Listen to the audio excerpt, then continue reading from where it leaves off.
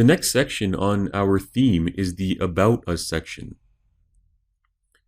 All the elements pertaining to this section are contained inside section tags and also a separate container.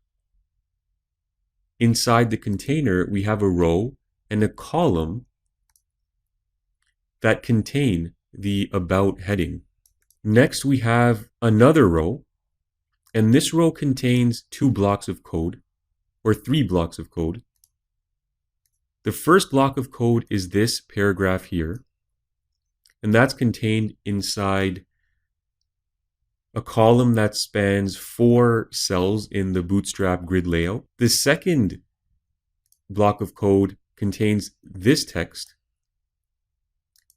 and the column is the same size as the first. The third column, which spans 8 of the cells in the Bootstrap grid layout, contains this one button.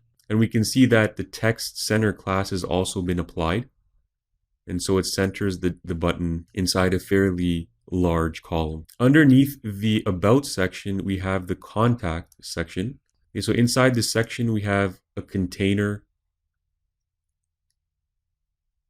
And inside the container, we have a row that contains the Contact Me heading.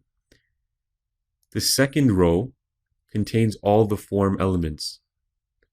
We won't go through all these different form elements because we've already been through that quite a bit in previous lessons. So there's really nothing new there. It's just each item contained inside, of course, the form, the open and close form tag. And each form element is contained within its own div. And so on. Underneath the Contact section, we have the footer. The footer is actually one of the last components of the page, and it's contained within an open and close footer tag. All the elements of the footer are contained within a separate container and also within a separate row. And then inside this row, we have 4 columns, or 3 columns rather. The first column contains the location, the second column contains the social media icons, and the third column contains just this snippet of text. And they're all designed to collapse one under the other when the browser shrinks to a certain size. So you can see that each column is next to one another when the browser is expanded, but when it's contracted, they fall one below the other. Underneath the footer, we have another footer with the class footer below. And that contains the copyright text that you see here. Now this code block is for this up arrow button. So when I click the up arrow, it takes us right back to the top of the page. And so that's what this div is for. It contains that button. And you can see that the link on this button is set to page top. So we have a named anchor there, and that's why it knows where to go. Below that, we have the modals. So if you recall, anytime one of the images in the portfolio is clicked, it opens a modal with more information. So all the modal code blocks can be found here, and there's going to be 6 of them because there's 6 individual images, and each image opens its own separate modal with different content.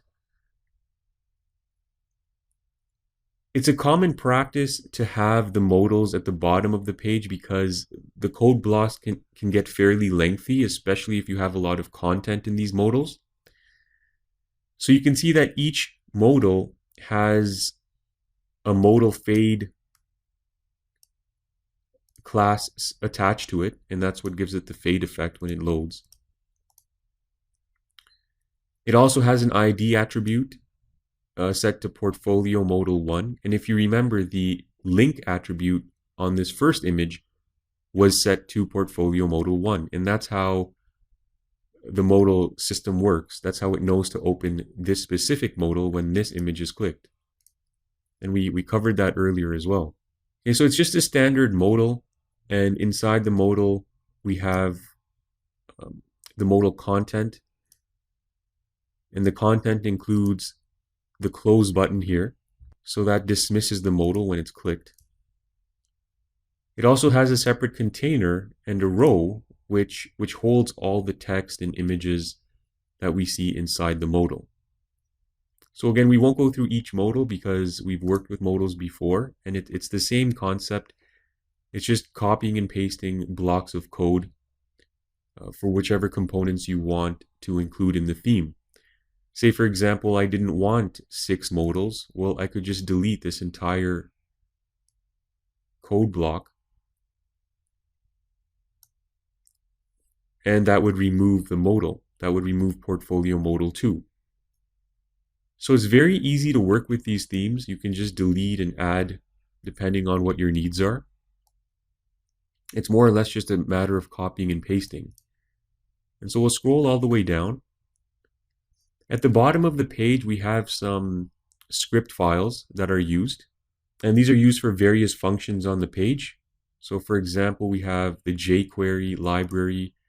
We have the bootstrap.min.js file, that's essential. We have some plugins that are used for different animations. For example, the easing when the navigation expands and contracts. And also we have JavaScript files for the page, for the form validation. So this form does come with JavaScript validation. So if I don't input any information and click send, you'll notice that I do get the error messages. And that's what these validation JavaScript files are for. And then we have the custom JavaScript for this particular theme. Okay, so when you do download these themes, it's very important that you understand that a lot of these files are created and used inside the HTML file here. And these are all key components of this layout. Okay, and so that covers the entire theme.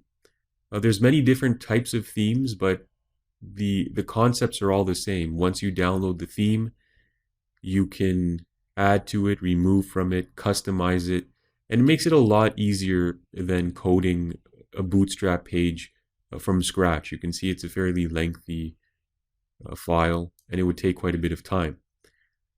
So hope you enjoyed, and we'll see you in the next lesson.